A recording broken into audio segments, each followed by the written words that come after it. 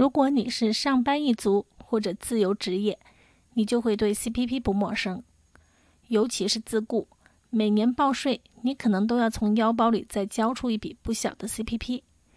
这个政府强制性收取的养老金，有点像中国的社保，上班一族的工资收入里都是无声无息地扣了这么一笔退休金。我们不停地上缴 CPP， 究竟在我们退休的时候能反馈给我们多少呢？我们能指望它过上无忧无虑的退休生活吗？ CPP 全称 Canada Pension Plan 加拿大退休金计划，是一个政府强制性的退休计划。每个人在工作期间按比例强制扣除一定的收入放入 CPP 基金中，等年满65岁退休，这笔钱再以养老金的形式发放回来。CPP 是一个 Pay as you go 体系，也就是说，其实我们现在工作交的养老金并没有老老实实的躺在账户里，而是先拿去投资或者给别人发放养老金了。CPP 的投资部分由加拿大养老金投资机构 Canadian Pension Plan Investment Board 管理。对于发放养老金部分，如果现在工作的人存入的钱不够支付现在的退休的人的养老金，那么 CPP 就会提高供款比例。这也就是近些年 CPP 供款比例一直上调的重要原因。那么 CPP 是怎么交的呢？ CPP 的 Basic Exemption 是3500，意思就是收入的前3500可以免征，从3500开始起征。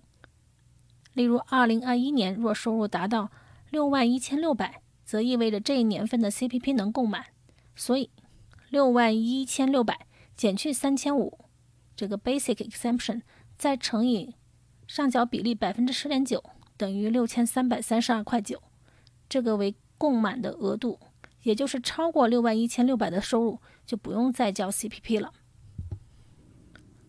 2021年的 T4 雇员，老板直接从你的工资中扣除 5.45% 作为雇员本人给 CPP 的供款，扣到3166块4毛5封顶。同时，雇主按照1:1的比例 match 投入相同的金额，合计投入 10.9%。而2021年的自雇人士呢，则是他的税前3500到61600这一段的收入，按照 10.9% 通过报税 T1 自动计算 CPP， 这个是没有办法逃避的，必须上缴。看上去交了不少 CPP， 那么退休时我们到底能拿多少呢？要回答这个问题，我们首先要看一下最高额的 CPP 是多少，以及全额领取的条件是什么。一个65岁的退休人士在2021年可以领到的 CPP 退休金最高额为1203块7毛5每个月，合计14445每年。CPP 退休能拿到多少，取决于工作的年份以及在工作年份中投入了多少。条件第一个就是是否工作至少满39年。政府规定要领取满额的 CPP， 必须从18岁到65岁之间，一共是47年，至少有 83% 的时间，也就是39年都在供 CPP。 也就是说，我必须至少工作39年，每年都给 CPP 供款。如果供款的年数不足，退休时就拿不到满额的 CPP。 如果满足了至少39年的要求，再看看是否每年都购买了 CPP。 例如2021年我的收入 Pensionable Earnings 少于61600，那就意味着这一年的 CPP 没有能够供满。如果高于61600，我将在收入正好等于61600的时候就供满了 CPP。 同时满足工作年限和购买 CPP 这两个条件，退休时才能拿到满额的 CPP， 真是非常的不容易啊！这样算下来，最迟呢要在26岁开始工作，一直工作到65岁，中途必须一直在职，才能够 CPP 购满39年。而事实上，很多人呢会因为教育、失业、提前退休等等原因，导致工作年份不足，收入不够，而拿不到满额的 CPP。有些移民来加拿大时候就已经超过26岁了，那么即使移民后马上工作到65岁退休，那么退休后 CPP 也是拿不到满额的。下面我们讲讲 CPP 的领取。退休年龄一般都是65岁，但是也不必非要等到65岁才开始领，可以提前到最早60岁开始领取，或者推迟到最晚70岁领取。想领取 CPP 必须主动申请，建议提前6个月开始申请，因为政府不会自动发放的。如果提前领取会少一些，按照每月少 0.6% 的比例递减。例如，我想从60岁就开始领取 CPP， 那么 0.6% 乘以12个月再乘以5年等于 36%， 那就意味着我的 CPP 呢会比从65岁开始领要少 36%。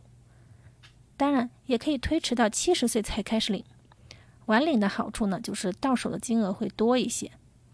为了鼓励大家晚领，政府规定超过65岁每晚1个月就按照 7% 递增，7%乘以12个月再乘以5年等于 42%， 就意味着如果我从70岁开始领取，可以比从65岁开始领取多拿 42%。 那么到底是晚领还是早领好呢？第一种情况是早领，假设 CPP 正常，也就是65岁每个月有1000块，如果选择提前从60岁开始领，会比从65岁开始领少拿 36%， 也就是每个月拿640。那么到满65岁的时候，已经到手的是640乘以12个月乘以5年等于38400。那么如果从65岁开始领，每个月有1000块，我们做一个1元1次方程式，38400加上 640x 等于 1000x， 那么算出来 x 等于106个月。也就是说，用了8年零10个月时间，就赶上了从60岁开始领拿到的金额了。这就意味着，如果活过了73岁零10个月，那么晚领就拿得更多；如果活不过这个时间，那么还是早领合算。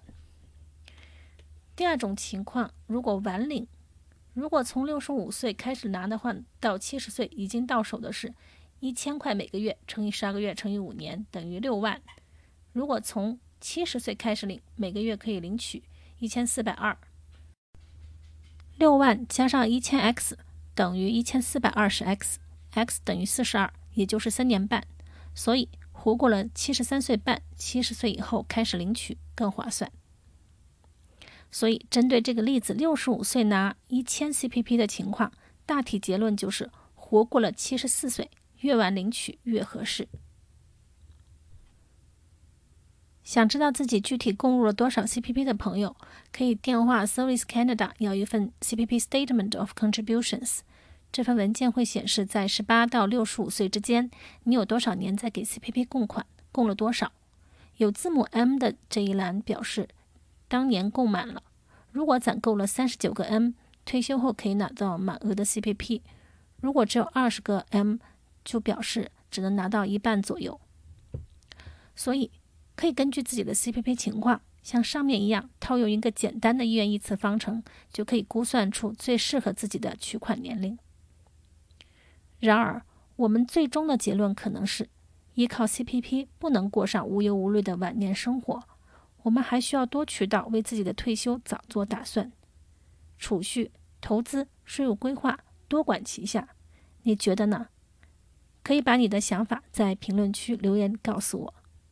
感谢收看，我们下次再聊。